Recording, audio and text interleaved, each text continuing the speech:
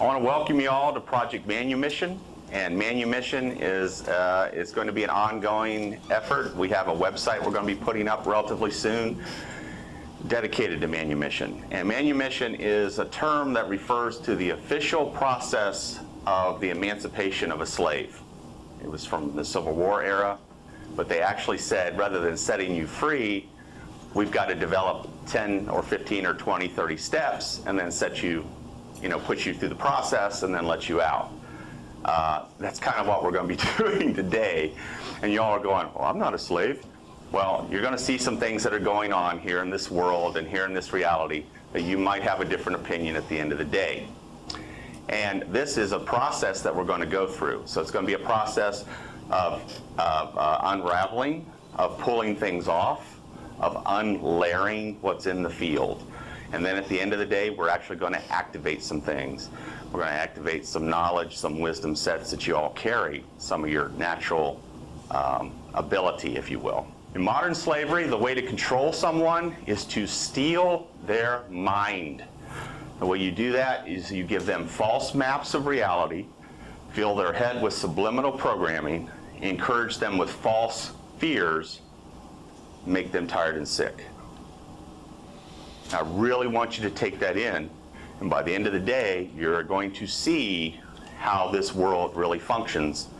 It is everything in that paragraph, but this is the intention, and it is to strip away what went wrong from around you and from within you, and to leave you with nothing more than the light that is within. Because the light that is within is you, and the light that is within is God. And the light within is the creative force that can reestablish you as who you originally were, and this world as it originally was. Bottom line is that you are the one you've been waiting for.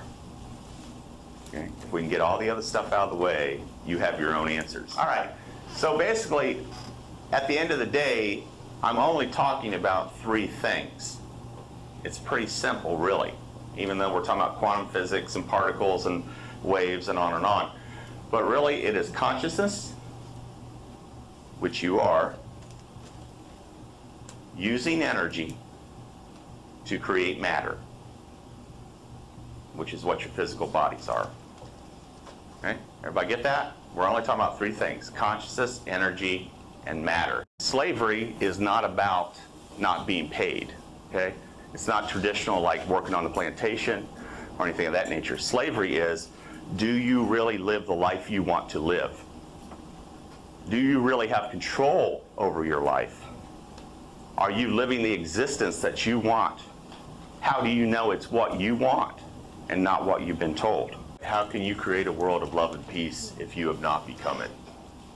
The world is a reflection of what you are. When you do your work, when you clear your field, you change the world. Everything is vibrating. Everything has a frequency. So this table merely is vibrating at a lower rate, at a lower frequency than my etheric body, right? That's all. We live in a frequency range, okay? And I'm going to show you a chart here in a little bit that shows you the range that we exist in. But the real question is, do you hear the music in the room? No? Why can't you hear the music in the room? Because it's here. The local radio station is in this room right now. If I had a radio and tuned to it, I would pick up the local country station. If I tuned to the contemporary station, I would pick that up. It's here. It's all around you. That's a frequency. It's just that you're not attuned to it right now. You're not picking it up. That's not what you're receiving. Everything is a frequency. Wi-Fi, for example, okay? I'm going to use that as an example of what I call the field, or a field state. So how many are familiar with hotspots? You know what a hotspot is, right? You take your laptop, your cell phone into the local Starbucks, and you sign on to their local network, and then lo and behold, you can get to the internet, right? That's a hotspot.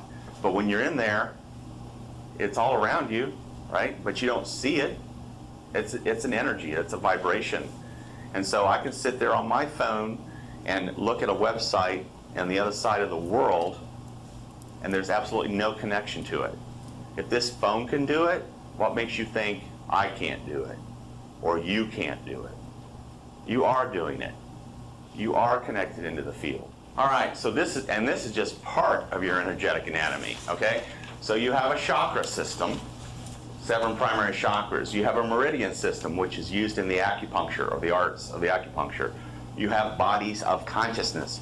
These tend to go in levels of 7, 14, 21, 28. The more levels you have, the more bodies of consciousness you have, the higher of a conscious being you are, okay? At least in this earth plane. The next is the etheric body. The etheric body sits right outside the physical body, and it mimics or is the blueprint for your physical body. So, you know, for example, if there's a sickness or an illness or something that's manifested at the physical level, it's in the etheric body. Somebody's behind you, that's because they've entered your etheric field or your field, right? And so you're feeling it. Then there's the physical, mental, emotional, and spiritual bodies. And when I do work with clients, I look in all those areas, because a physical problem will have a mental issue or a mental cause or a spiritual cause or an emotional cause. So usually the cause of whatever the symptom is, or the cause of the disease or the affliction, is in another area rather than what is manifesting. Then there's a central channel, and this represents the central channel. And this is supposed to be connected to the creator of all that is. So this is the creator, comes down through the central channel, comes down here, and it's anchored right below the earth into the earth chakra that is right below your feet, about 3 feet below your feet.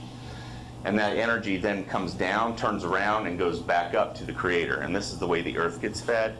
This is the way you get fed.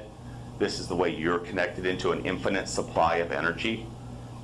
Most of the time that channel is severed, or that connection to the creator is severed. That seems to be something that happens when you come into this earth plane.